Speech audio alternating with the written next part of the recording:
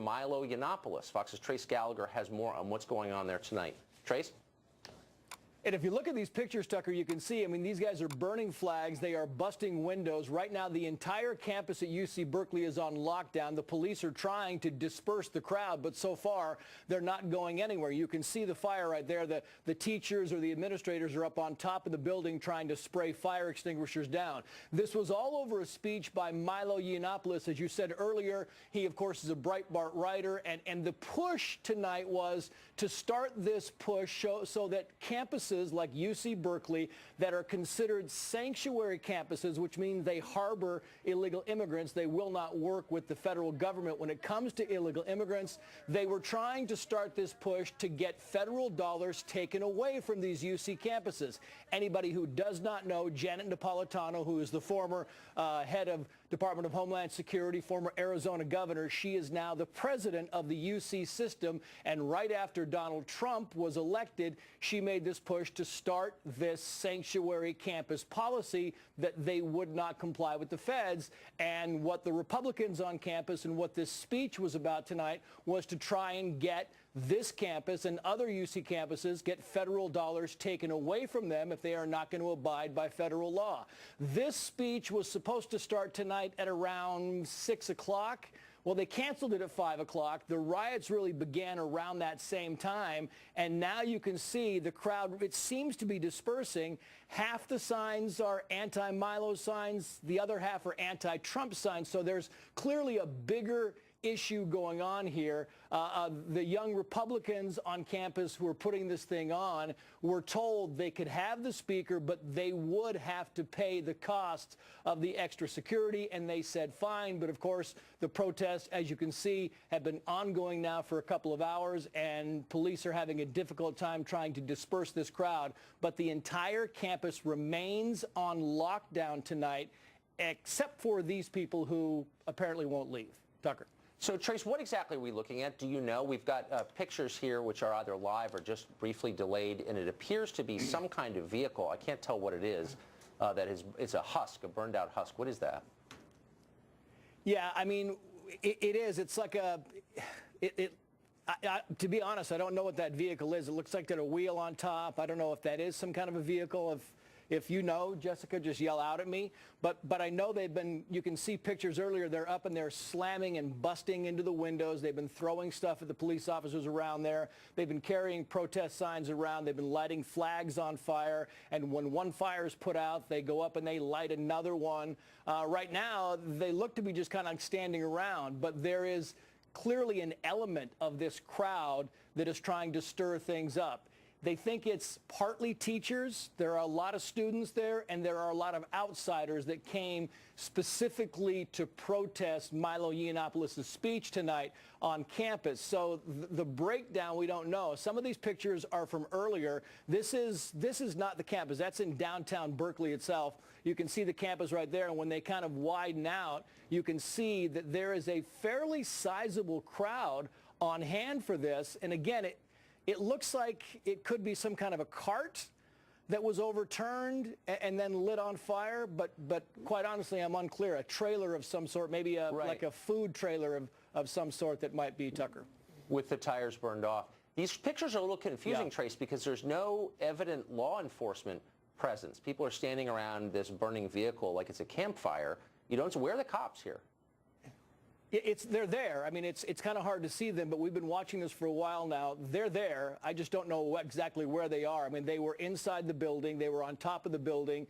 They were surrounding this, but they are certainly not being aggressive. I mean, look, you're talking about UC Berkeley. The protests here go back 50, 60 years, right? They do this on a pretty regular basis, and they knew this was going to happen. Go ahead, Tucker. I don't think we have the pictures right here, but earlier we had shots of protesters trying to ram something through a glass barricade, through a glass door, which does seem a little over the top.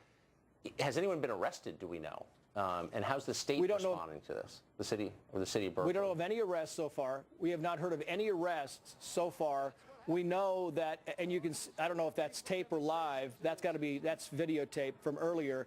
You can see they keep lighting these. We don't know of any arrests so far, but again, This is all kind of a fluid thing. We don't know the response from the state. I mean, UC Berkeley has its own force. They've brought in some, we know they've brought in some local police from around the area to patrol this, but they're kind of in a backed off position right now. They've told people that to leave. This is kind of a lockdown situation. But as far as tear gas, as far as going after and pushing some of these kids away and these teachers and whoever else might be a part of this crowd away, we haven't seen that yet, but we do know there is a police presence. Yeah, well, this is the new posture of American law enforcement during riots, hands off. And just to recap, so this began, and as you noted, there are probably a bunch of different causes for this, but it was certainly precipitated by a speech that was supposed to be given by Milo Yiannopoulos, who's a writer and a provocateur, a conservative, among other things.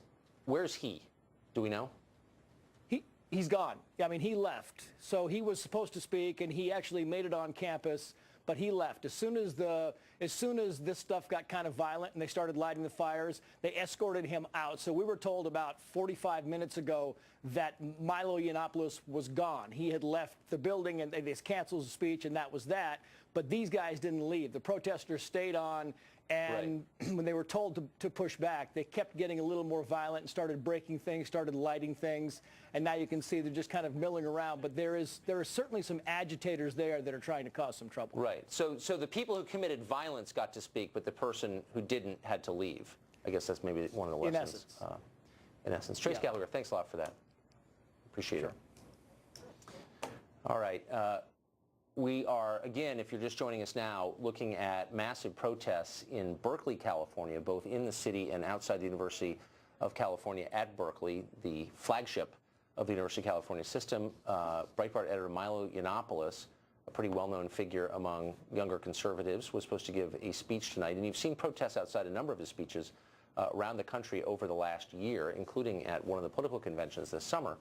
But I don't think we've ever seen anything like this, where the protests have flowered into outright violence. He, as Trace Gallagher just said, left the scene, not voluntarily, without speaking, after the crowd began burning things at one point, and I hope we'll have the tape of this. Protesters, rioters, were trying to breach a glass door with some sort of rolling object. There are reports that fireworks were thrown. We have tape of some kind of explosions going off in the bonfire there, and some sort of vehicle was torched. We've heard that police are on the scene. They are not evident in any of this video. No law enforcement is. So it's a little unclear exactly what's being done to quell these protests. Trace Gallagher is still with us. Trace, have we heard anything from the civil authorities, from any elected officials at all in Berkeley or across the Bay in San Francisco, or maybe from the state of California? We've heard nothing. I mean, we're checking the wires right now. We're making some phone calls. We've heard no statements, and we've heard nothing come across the wires from any of the officials that are actually in Berkeley. We've heard nothing from the administration of Berkeley except that this was canceled. We just found out about 30 seconds ago, Tucker, that this was one of a couple of speeches that Milo Yiannopoulos was supposed to give at the UC system. In fact, tomorrow night here in Los Angeles, he was supposed to speak at UCLA. Part of the same thing, right? To take the federal money away from these sanctuary campuses. Well, now that invitation to speak has been rescinded, so that will not happen tomorrow night because they're afraid this same thing might happen. But as far as response from any officials, either on the campus of Berkeley or around the police authorities, we've heard nothing except for the fact that it's on lockdown. The crowd was told to disperse. The event was canceled. Milo Yiannopoulos was taken away. But as far as what's next, what's happening, and what the ramifications are if you stay on campus and keep protesting, we have so far heard nothing. Tucker. So, I mean, the irony, of course, is that Berkeley is the cradle of the so-called civil rights movement, rather free speech movement, started in 1964. And the idea was this was a place where you could say whatever you wanted, no matter what the man thought. And, of course, now we're looking at something that's very much the opposite of free speech. We're looking at censorship by violence, where the only people who get to speak are the ones who set things on fire and break windows.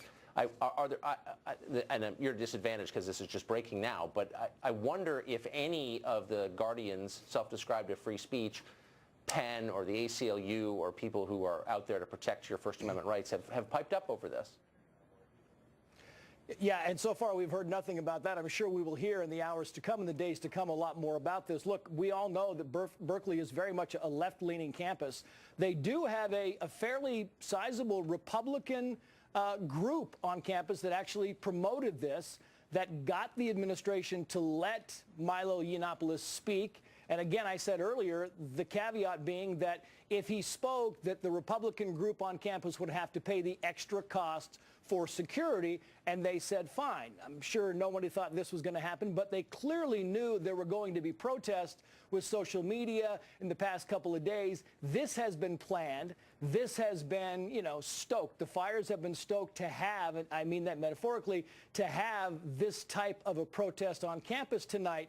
But nobody quite expected this. And as for who's handling it and who's in charge and what reaction we're supposed to be getting right now, it all seems to be a little slow in the pipeline. Yeah, I've noticed that. I mean, obviously nobody's in charge. But what's so striking, if I heard you correctly, is that the group that brought this writer, and whether you agree with Milo Yiannopoulos or not, whether you can pronounce his last name or not, he is a writer with political views, which he was hoping to express. And you're saying that the school was forcing the people who were bringing him on campus to pay the cost of extra security, not forcing the groups holding the protests, the ones threatening violence, to pay the cost of security. Is that right?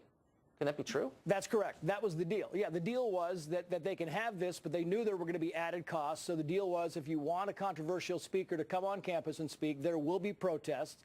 So they need to have security, and that apparently the Republican club decided that they would foot the bill for the added security. Again, we haven't spoken to anybody from this group, and we don't know if people from this group are milling around among these protesters trying to kind of get their point across as well. And again, we don't know the breakdown of the protesters. We know some are students. We know, we've been told, some are teachers, and we know that some are outsiders. The rest, we can't fill in the blanks because we just don't know enough about them right now. We do know that at some point tonight, this began getting very violent with the fires and the throwing things at some of the police officers and breaking windows and such.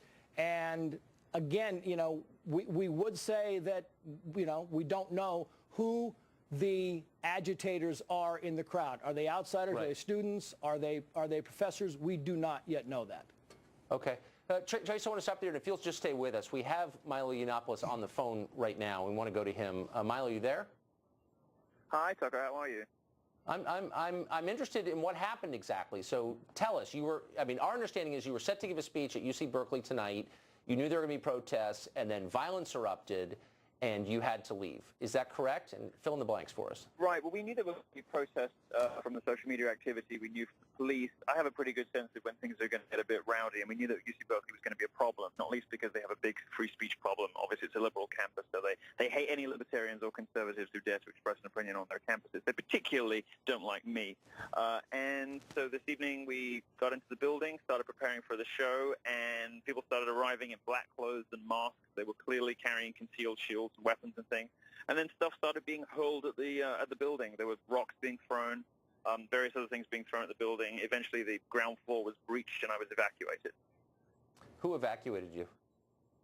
My security detail. I have an excellent team of Navy SEALs, various other people, and some of the police from the local area.